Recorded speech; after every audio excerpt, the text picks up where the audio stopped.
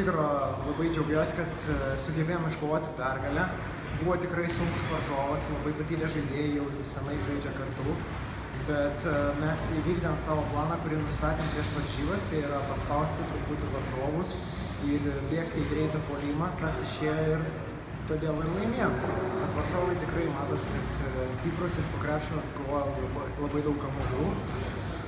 Bet vis tiek, sakau, jaunos kojos laimėjo prieš senas turbūt.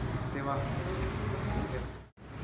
Eilinį kartą negalėjom nieko padaryti prieš varžovų gynybą, prieš spaudimą, leidom pabėgti jiems, paskui šiek tiek prisivijom ir nebeužteko jėgų toliau, jie vėl pabėga, vėl prisijom, vėl pabėga.